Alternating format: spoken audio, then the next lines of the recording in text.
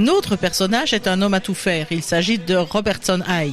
Les studios les réuniront en une seule personne en l'associant aux ramoneurs créés par les Sherman pour leurs chansons. Et si Mary Poppins est celle qui ouvre la voie de la liberté aux enfants, c'est effectivement Bert qui sera l'artisan de la prise de conscience de Monsieur Banks. Avec sa chanson, il devient le pendant masculin de Mary Poppins. Oui, on se rend compte maintenant de l'importance de cette chanson dans le film. Est-ce qu'il y aura une récompense à la clé? Et quelle récompense puisqu'il s'agira d'un Oscar, même si les studios ont dû ruser pour cela. Ah bon, il faut ruser pour gagner un prix, mais comment ça se fait? Eh bien, à l'approche de la sélection pour les Oscars, 2 chansons du film étaient envisagées pour entrer dans la catégorie meilleure chanson. Si cela démontrait la qualité des compositions, cela comportait aussi un risque, celui de voir une dilution des voix. Les studios ont alors décidé d'augmenter la diffusion de Chem Cheminé sur les ondes et de réduire celle de Un morceau de sucre. La première a donc été sélectionnée et l'Oscar a suivi. Mais tu sais que les plus grandes récompenses viennent de la réappropriation des chansons dans d'autres univers. Ce sera immédiat dans le cas de Mary Poppins et Walt Disney l'a compris mieux que personne.